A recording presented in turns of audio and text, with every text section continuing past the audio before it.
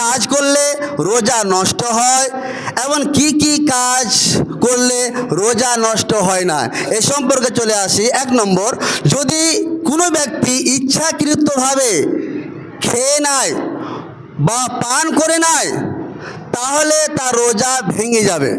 কিন্তু যদি ওই মানুষটাই যদি ভুলবশত যদি খাবার খেয়ে নেয় অথবা পানাহার করে নেয় তাহলে তার রোজা ভাঙবে না।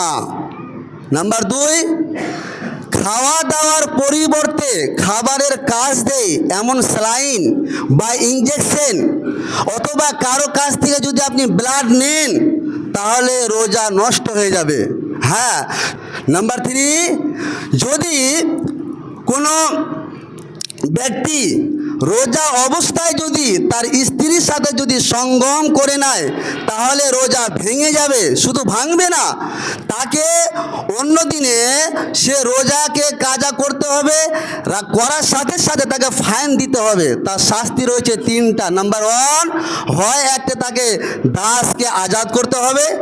যদি দাসকে আজাদ করার ক্ষমতা না থাকে তাহলে ওই ব্যক্তি কি করবে, 2 মাস লাগাতার পরস্পর রোজা রাখবে।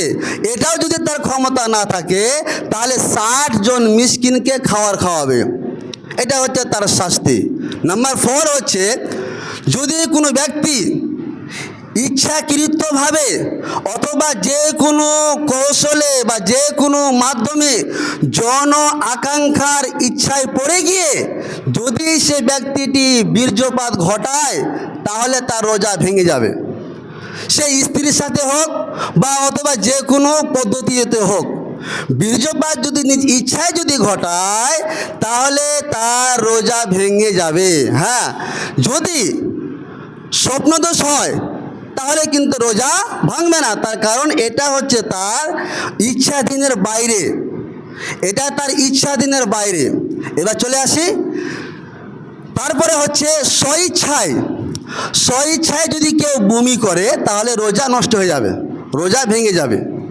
তারপরে হচ্ছে একটা খুবই প্রশ্ন হয়ে থাকে যে এবারও আমাকে ফোন করে একজন ভদ্র মহিলা প্রশ্ন করেছিলেন, সেটা কি যে মৌলভী সাহেব আমি রোজা ইফতার করতে যাব, 2 মিনিট সময় রয়েছে, ইতিমধ্যে আমার মিন্স নামক অসুখটা শুরু হয়ে গেল, তা আমার করণীয় কি?